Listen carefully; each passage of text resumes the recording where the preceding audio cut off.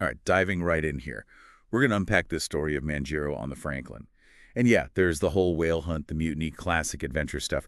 But what really grabbed me from what you sent over is how we see leadership play out. Like, how do actions, especially under pressure, totally flip how people see each other? Yeah, and the novel's smart about it. It's not just telling us these themes, it's making us feel that pressure the characters are going through. Right. Like the excerpts you picked showing Captain Davis getting more and more paranoid. Exactly. By the time we hit chapter 31, where Manjiro finally cracks, the I'll have my say part you Right, marked. man. It's intense. It's not just some plot twist, it gets at something deeper. Think about how often historically people told to stay quiet are those who are marginalized. Manjiro shouting back, that's defiance, that's huge. Totally. But okay, little rewind. Because right after this face-off, the lookout spots whales. Talk about good timing by the author. Oh yeah, total juxtaposition. Here's this life or death tension, then bam, flukes and spot. Like, that's the reality for these guys, right? Danger, but also gotta do the job or they don't get paid. It's not just surviving the moment, though. It's bigger than that. Right, a choice. Stick with Davis, toxic as he is, or... Mutiny. Which, knowing Davis, not a shock, honestly. But then what's fascinating is it ties back to the leadership stuff. Aiken, the guy who takes over, not out for revenge or anything. All business. Yeah, practical. Yeah. Whale oil is the goal. Keeps him alive, but also smooths things over with the ship owners back home. I think you highlighted it. He says something like, Cargo crammed full of oil barrels. The owners will be pleased enough to forgive us such transgressions. Basically, bend the rules if the end goal works out. which, even today, think about workplaces.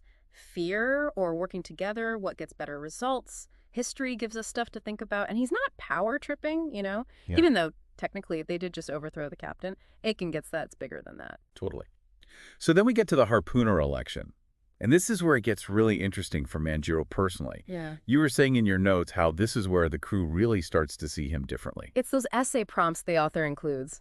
So smart. Makes you pause, not just what happens next, but like, this is huge EE for Manjiro. Think about it. Shipwreck, he's the outsider. Davis treating him like dirt. This is a chance to prove himself very literally. Total test. Like, is he going to hold under the pressure or rise to the occasion? And I got to say, reading it, I thought for sure John Mung was a shoo-in. He's got the experience. The guys respect him. And then Jolly opens his mouth.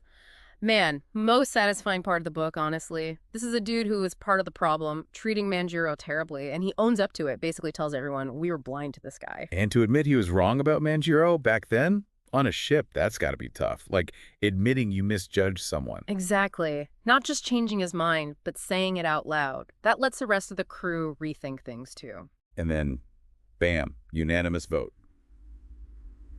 Manjiro the castaway is now officially one of them.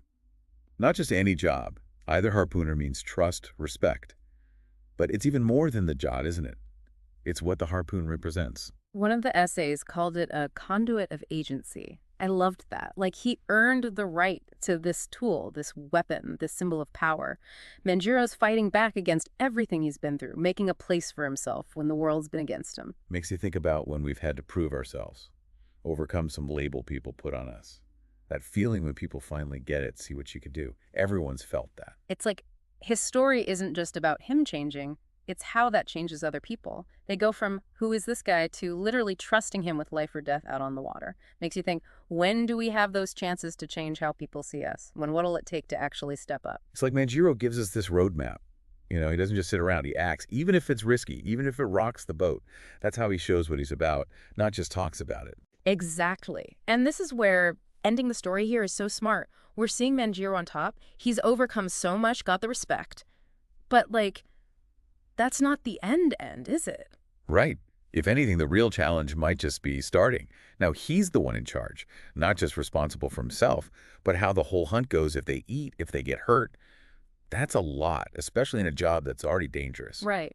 And the essays you sent, they make it even better. They get you thinking past just the plot to what it all means. Like, what does it mean to be in charge in this world?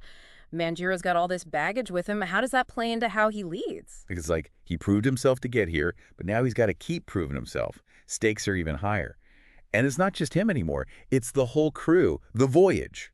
Like, that image of the harpoon, it's not just the weapon. Oh, totally. One of the essays said weight of the harpoon, and I was like, yes, it's that literal weight, but also everything it stands for. Makes me think about the weight we all carry around, Oh, huh.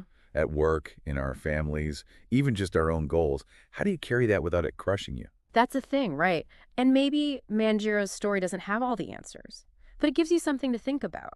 Being tough, facing things head on, that's not just about surviving, it's about being a leader wherever you are. And don't forget, second chances matter. For Manjiro, but for Jolly too. Him speaking up, that changes everything, makes it possible for things to be a little more fair, a little more human on that ship. And that's what makes a deep dive like this so cool, I think. It's not just an adventure. It's about how people connect, how we grow when things are tough. You walk away feeling hopeful. Like Hmm. even when it's hard, we can learn, we can be better, make things better for each other too. Totally. It reminds us that how we get there matters just as much as getting there, and that the choices we make, they don't just affect us, they affect everyone around us too. So, to everyone listening, think about Manjiro out there on that ship. When things get tough, step up, take the chance. You never know how much your choices might change things. Until next time, happy diving.